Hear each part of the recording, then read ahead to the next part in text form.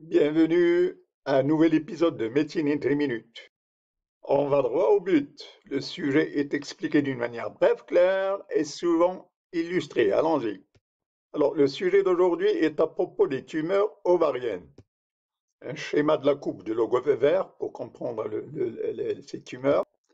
Alors, le revêtement épithélial, il est externe. Ensuite, il y a les cellules germinales qui sont les précurseurs des gamètes. Ensuite, il y a le stroma des cordons sexuels qui inclut les cellules granulaires, les cellules de la tech et les fibroblastes. Alors, dans cette série de tumeurs des cellules de l'ovaire, nous allons commencer par la catégorie des tumeurs épithéliales. Alors, les tumeurs épithéliales, il y a les tumeurs séreuses, il y a les tumeurs mucineuses et les tumeurs de Briner et les endométriodes.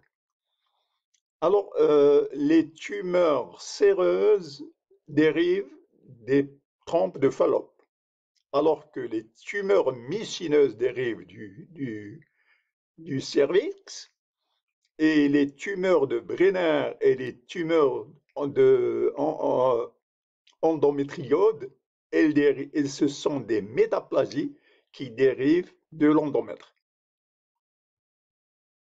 Alors on commence par les tumeurs séreuses. Les tumeurs séreuses sont très souvent bilatérales.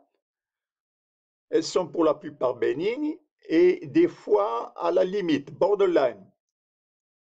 Alors, elles sont caractérisées par la présence de calcifications qu'on appelle des psamomas.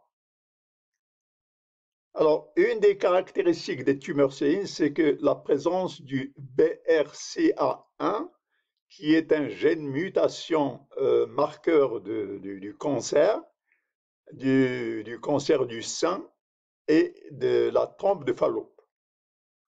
Alors, dans cette catégorie de tumeurs séreuses, on fait la prophylaxie du cancer du sein et du cancer de l'ovaire par une mastectomie prophylaxique et une salpingo-ophorectomie prophylactique. Alors, les tumeurs mucineuses, elles dérivent du même épithélium que le cervix, que le col. Elles peuvent avoir de grandes tailles et peuvent se rompre à l'intérieur du péritoine.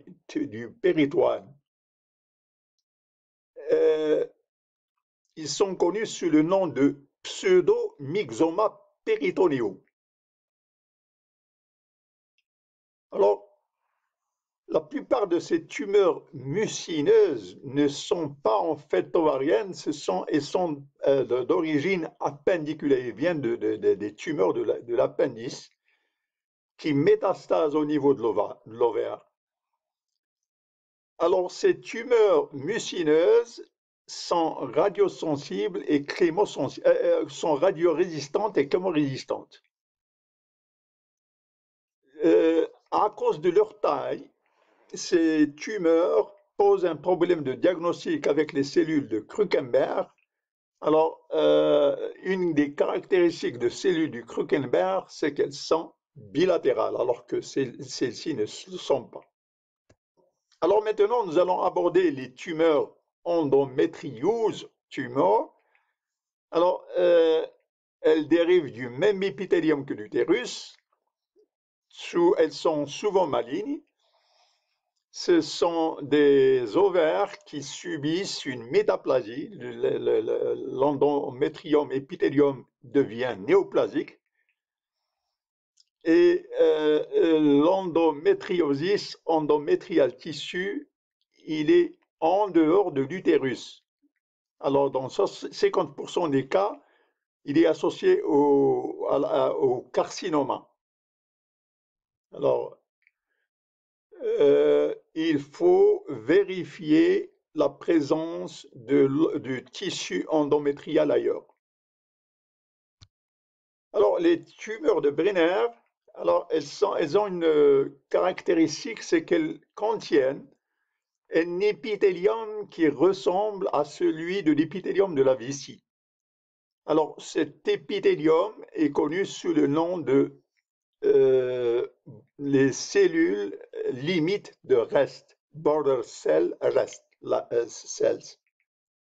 Alors, la deuxième catégorie des cellules, donc après avoir vu les cellules épithéliales, maintenant nous allons étudier les cellules du cordon sexuel, les tumeurs du cordon sexuel.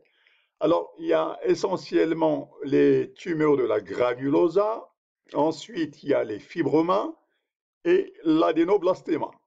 Alors, les cellules de la granulosa, elles sont caractérisées par un taux d'œstrogène qui est élevé. Elles peuvent toucher les âges extrêmes entre l'âge à la puberté et à la ménopause. Alors, si ils touchent à la puberté, il y aura une puberté, une croissance précoce. Et s'ils surviennent après la ménopause, elles sont caractérisées par des saignements. Et ces saignements, ils sont dus à la présence d'œstrogènes. Alors, une des caractéristiques de ces tumeurs de la granulosa, c'est la présence de coloration éosinophiles qu'on appelle les corps de Exner. Nous abordons ensuite la deuxième catégorie qui s'appelle les fibromas. En fait, les fibromas, c'est ce qu'on appelle aussi le syndrome mixte. Mixte, pourquoi? Parce qu'il est caractérisé par une triade, un épanchement pleural, surtout à droite, une ascite et une tumeur de l'ovaire. Donc, triade, tumeur de l'ovaire, ascite et épanchement pleural égale syndrome mixte ou fibroma. La troisième catégorie, enfin, s'appelle l'androblastoma. Alors, l'androblastoma, c'est le même qui cause les tumeurs de Sertoli chez le mâle. Alors, ces cellules, si elles surviennent à l'âge pubertaire, elles sont caractérisées par une croissance accrue. Alors, une des caractéristiques des androblastomas, c'est la présence du syndrome de Peutz-Jeghers. Alors, je vous rappelle que le syndrome de Peutz-Jeghers, c'est une polypose au niveau du côlon associée par une décoloration des muqueuses au niveau de la bouche.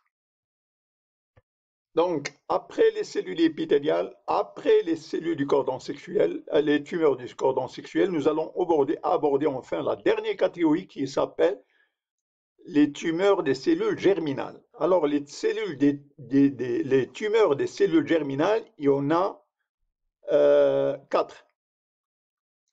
Il y a le tératoma, le dysgerminoma, le karyocarcinoma et les tumeurs du sac jaune.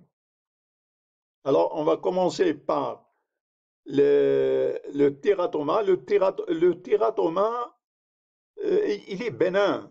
Il est bénin, mais c'est ici qu'on trouve du tissu des dents, c'est ici qu'on trouve du tissu cutané, c'est ici qu'on trouve toute catégorie de tissus hétérogènes. Alors, mais s'ils sont malins, c'est à cause des localisations néoplasiques des tissus. Alors, il peut y avoir un adénocarcinoma qui touche les cellules cutanées et il peut y avoir une thyrotoxicose quand les cellules de la thyroïde sont touchées. Mais en général, c'est bénin. Les tératomas sont en général bénins. Alors, les dysgerminomas, donc, c'est cette catégorie de cellules qui est caractérisée par une augmentation de la DLH.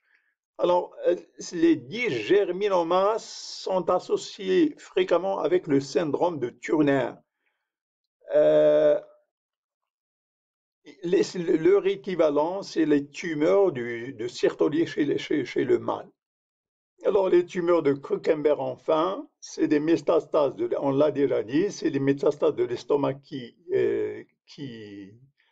se localisent au niveau des ovaires et la localisation, elle est bilatérale.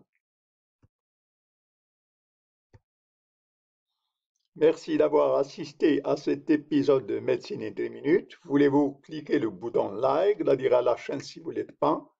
Vos suggestions sont toujours bienvenues. Merci.